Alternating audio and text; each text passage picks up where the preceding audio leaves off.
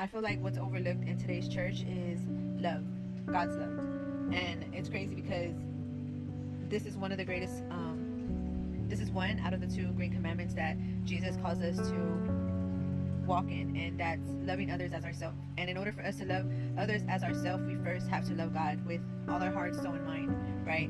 Because the kind of love that God gives us to walk in, to love on others, is supernatural. You know, this is not just a love that we can find or just receive on our own. Like, no, this love that God calls us to walk in is supernatural.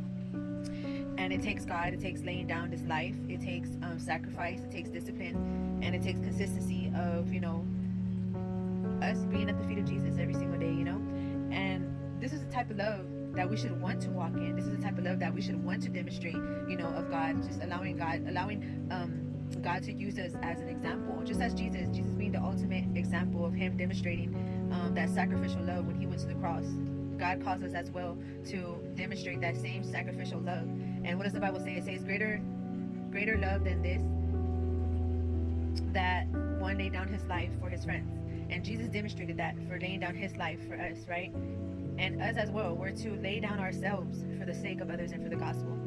And I just really think it's important for us to let that be our prayer of, God, help us to love others how you love them, God. You know, like whatever it is that's hindering us from moving forward with God or growing in the love of Jesus, like we gotta lay it down. We gotta lay it down, because we want to be examples of Jesus, right? We want to lead others to him, but that takes laying down this life for others, to love them how God intended us to love them.